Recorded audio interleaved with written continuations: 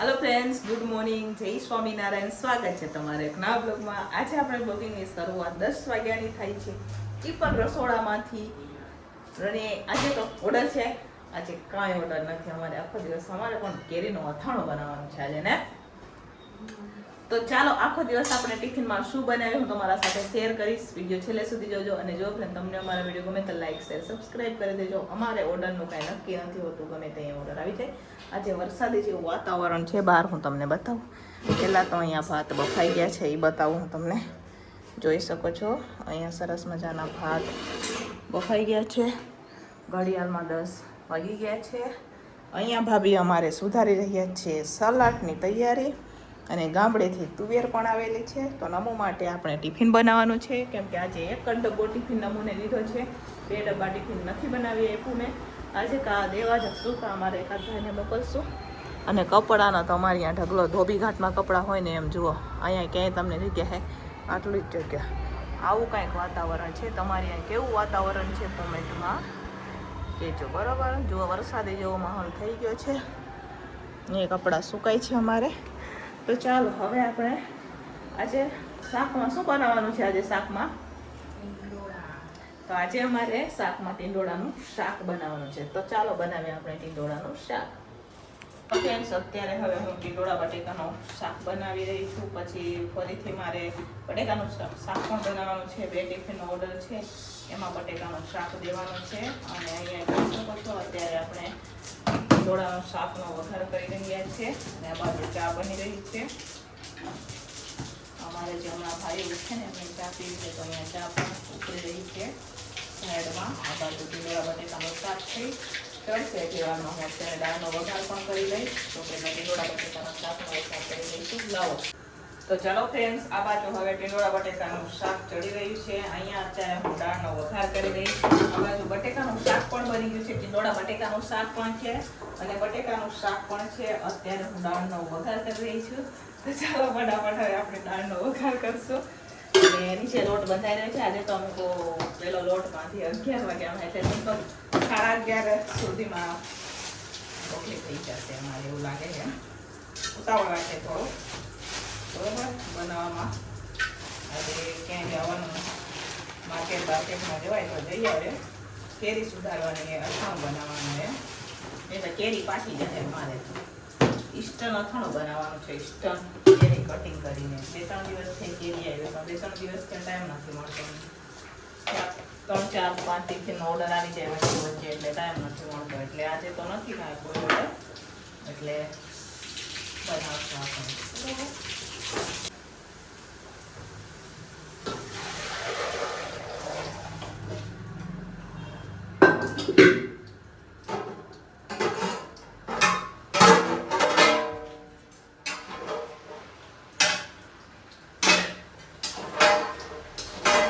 તો ચાલો ફ્રેન્ડ્સ, બપોરનું ટિફિન બનીને તૈયાર થઈ ગયું છે। આજે તો અમે 12 ને 10 મિનિટે ટિફિન બનાવી દીધું છે। તો ચાલો હું તમને બતાવું કે આપણે ટિફિનમાં શું બનાવેલું છે। તો અહીંયા મસ્ત મજાનું જોઈ શકો છો ટીંડોળા બટેકાનું શાક બનાવેલું છે, સાથે અહીંયા ભાત છે, દાળ છે, સલાડ, રોટલી, અને 2 ટિફિનમાં બટેકાનું શાક નાખવાનું છે। એમને ટીંડોળા બટેકા નહોતું ખાવું, એમને બટેકાનું શાક ભાવે। એમને જ્યાં પણ ટિફિન હોય ને તો એમનું ફિક્સ શાક હોય બટેકાનું શાક, તો એમના માટે બટેકાનું શાક બનાવેલું છે।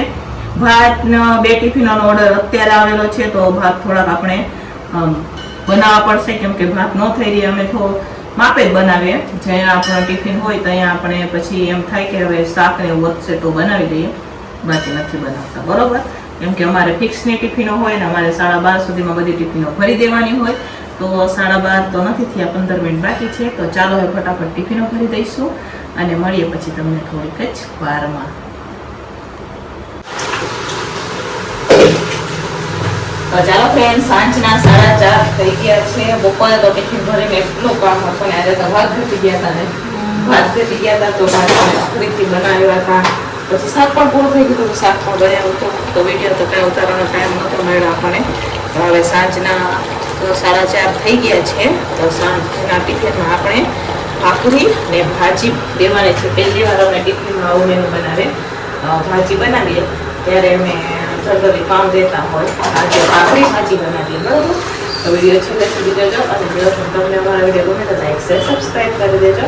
તો ભાજી બનાવવા માટે અહીંયા આપણે શાકને અત્યારે બાફી રહીએ છીએ. જોઈ શકો છો તેલમાં આપણે પાઉંભાજી મસાલો નાખી અને ઉપરથી શાક નાખીશું અને હવે પાણી નાખી મીઠું તે પાણી નાખીને બફાવા દેવાનું છે. બરાબર, સાથે આપણે એમાં થોડુંક એટલું મરચું હળદર નાખીશું. બરાબર, તો ચાલો અહીંયા કુકર ભરેલા છે, સાઈડમાં વટાણાને બોઇલ કરવા રાખી દઈશું.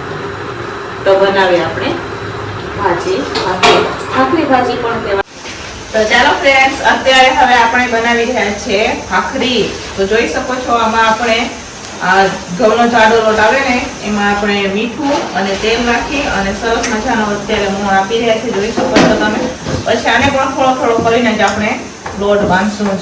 જેવી રીતના આપણે ચાકુને થોડો થોડો કરી લોટ બાંધીએ ને એવી જ રીતના ભાખરીનો પણ થોડો થોડો કરી લોટ બાંધવાનો છે. તો અહીંયા અત્યારે હું મિક્સ કરી રહી છું. જોઈ શકો છો તમે. ઘટશે ને તો પાછા લઈ લઈશું. કાલ પરમ દિવસે મારે આનો લોટ પૂરો થઈ ગયો હતો.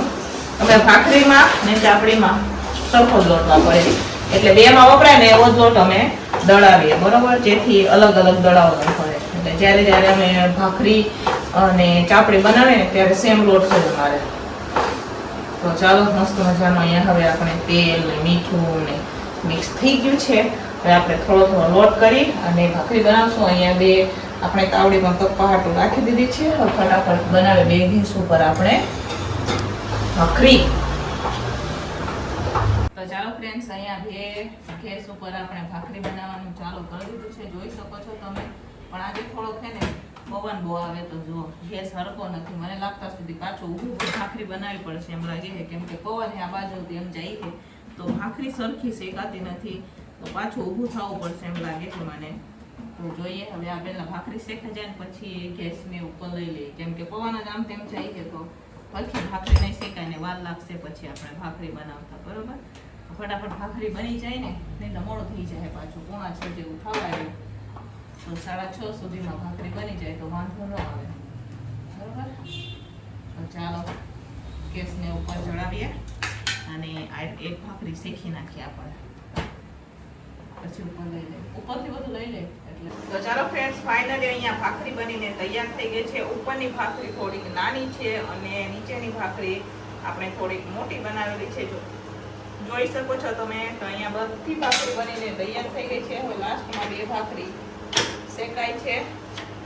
જોઈ લો, મોટી મોટી ભાખરી આ લોકોને બનાવી આપે તો ખૂટતી નથી એમનાથી. તો આપણે નાની નાની ભાખરી બનાવેલી છે મસ્ત મજાની. જો, ને આ બધી મોટી મોટી આ કારખાનાની ભાખરી છે અને અમારી દુકાનવાળા ભાઈઓની ભાખરી છે, કેમ કે અમારે દુકાનવાળા ભાઈઓ તો એને નાની નાની ભાખરી ખાય અને અમારે કારખાનાના ભાઈઓને તો મોટી મોટી, કેમ કે કારખાનામાં હાર્ડ કામ હોય એ દુકાને દેવાનું હોય, એટલે દુકાને છે ને એટલું હાર્ડ કામ ન હોય, એટલા હાટું થઈને આપણે નાની ભાખરી બનાવે તો ફૂટી જાય એમનાથી. તો જો અહીંયા નાની નાની ભાખરી છે અને આ કારખાનાની ભાખરી આ બધી જો મોટી મોટી ભાખરી બનાવેલી છે આપણે.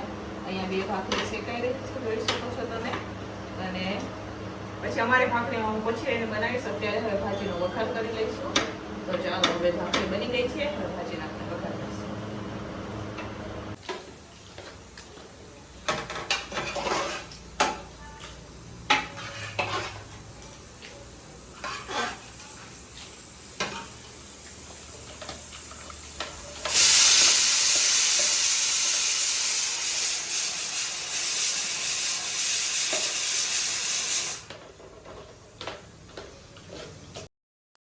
તો ચાલો ફ્રેન્ડ્સ, અત્યારે આપણે મરચાં તળી રહ્યા છે. તો આજે આપણે ભાજી સાથે મરચાં પણ દેવાના છે. તો અહીંયા પહેલાં આપણે મરચાં તળી લઈશું, પછી આપણે એમાં જ ભાજીનો વઘાર કરીશું. તો ચેક કરી લઈશું તેલ ગરમ થઈ ગયું છે કે નહીં. તો અહીંયા તેલ ગરમ થઈ ગયું છે. તો હવે જે આપણે થાળીમાં મરચાં ધોઈને રાખેલા છે એ નાખી દઈશું અને તળી લઈશું. પછી આપણે ભાજીનો વઘાર કરી લઈશું. ભાજી મેશ થઈ ગઈ છે. સાથે અમારે પુલાવ પણ બનાવવાના છે થોડાક એટલા, કેમ કે અમારે ગમે એ વસ્તુ હોય અમારે ભાત તો દેવા જ પડે. તો થોડાક આપણે પુલાવ પણ બનાવશું. તો પહેલાં મરચાં તળી લઈશું અને સાઈડમાં તપેલામાં આપણે પુલાવ બનાવવા માટે પણ રાખી દઈશું. તો ચાલો ફટાફટ હવે આપણે મરચાં તળી લઈએ અને પછી આપણે ભાજીનો વઘાર કરશું. તો અહીંયા મરચાં માળા હવે તળાઈ ગયા છે. હવે ભાજીનો અત્યારે હું વઘાર કરી રહી છું. જોઈ શકો છો તમે. ટમેટાની ગ્રેવી આપણે નાખી દીધું છે, આદુ મરચાં પણ નાખી દીધા છે, આખા મસાલા ખાંડીને આપણે રાખેલા હતા એ પણ નાખી દીધા છે. હવે આપણે એમાં મસાલા કરશું. તો ચાલો ફટાફટ ગ્રેવી થોડીક વાર આપણે પાકી જાય પછી આપણે એમાં મસાલા કરશું.